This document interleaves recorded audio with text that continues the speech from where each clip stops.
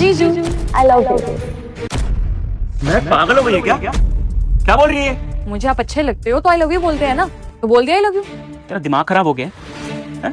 तेरा जीजू हूं मैं और वो तेरी बहन से शादी करी है मैंने। रिश्तों को थोड़ा लिहाज नहीं है, सब भूल गई। जीजू कमाल की बातें करते हो आप भी। कौन सी सदी में जी रहे हो आप? जमाना बदल गया है।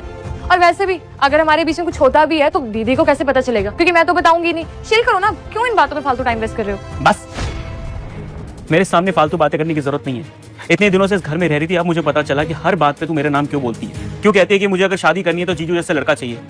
साफ साफ अपनी बहन के आगे क्यों नहीं बोलती थी कि मुझे जीजू से शादी करनी थी, मुझे जीजू अच्छे लगते हैं? उसके सामने ड्रामे क्यों करती है तू? तेरा असली चेहरा अपनी बहन के सामने क्यों नहीं दिखाती? क्यों नहीं बोलती उसके सामने?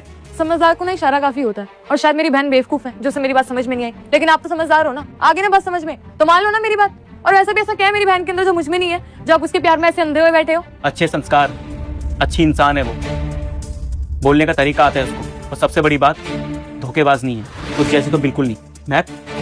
मैं लड़कियों के ऊपर हाथ नहीं उठाता, मजबूर मत कर कि मैं तेरे ऊपर हाथ उठाऊं। सच्ची मुझे यकीन नहीं हो रहा कि मेरी खुद की साली मुझ पे इतनी गंदी नजर रखती है। अपनी बहन का घर बर्बाद करने चली है। कल को तेरी बहन को पता चल जाएगा, उस पर क्या बीतेगी? हम दोनों में कितना प्यार है शायद तू भूल चुकी है ना?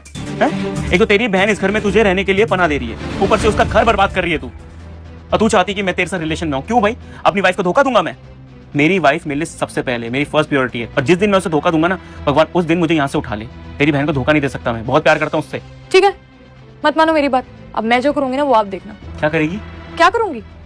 जब दीदी आएगी ना उन्हें बताऊंगी कि उनके जाने के बाद आपने मुझसे बदतमीजी की, और उसके बाद ये भी बोला कि अगर मैंने उन्हें कुछ भी बताया तो आप मुझे यहाँ से निकलवा दोगे। दीदी को बोलोगे कि बदतमीजी मैं कर रही थी। और मैं यहाँ तक नहीं रुकूंगी, पुलिस को भी बुलाऊंगी, उन्हें भी सेम यही बात बोलूंगी कि आपने बदतमीजी की मेरे साथ। डिसीजन आपका है। अगर मेरी बात मानोगे तो फायदे मेरे होगे। और एक बात मत भूलो, वो बहन है मेरी। बेटा सोमवार तक तेरी सब मनोकामना पूरी हो जाएगी। बस तू लाइक और सब्सक्राइब करके कमेंट में 2 बार जय श्री राम लिख दे। बचपन से दोनों साथ रहते आए हैं, तो आपकी बात पे कम और मेरी बात पे ज्यादा भरोसा करेगी। अच्छा, तुझे लगता है कि मेरी बातें पे यकीन नहीं करके वो तेरी बातें पे यकीन करेगी, अपने पति की बातें भूल जाएगी और मुझे ये समझेगी कि मैं शायद गलत हूँ। ये समझ रही है ना तू? मुझे लगता नहीं है, मुझे यकीन है इस बात पे। यकीन नहीं होता तो देख लेना जब आएगी दीदी। ठीक है, उसको आने दे, तब पता चलेगा वो किससे प्यार करती है और किसके ऊपर यकीन करती है। देख लेना होता क्या। राजा, ये क्या कर रहे हो तुम? मैक, क्या चल रहा है यहाँ पे सब?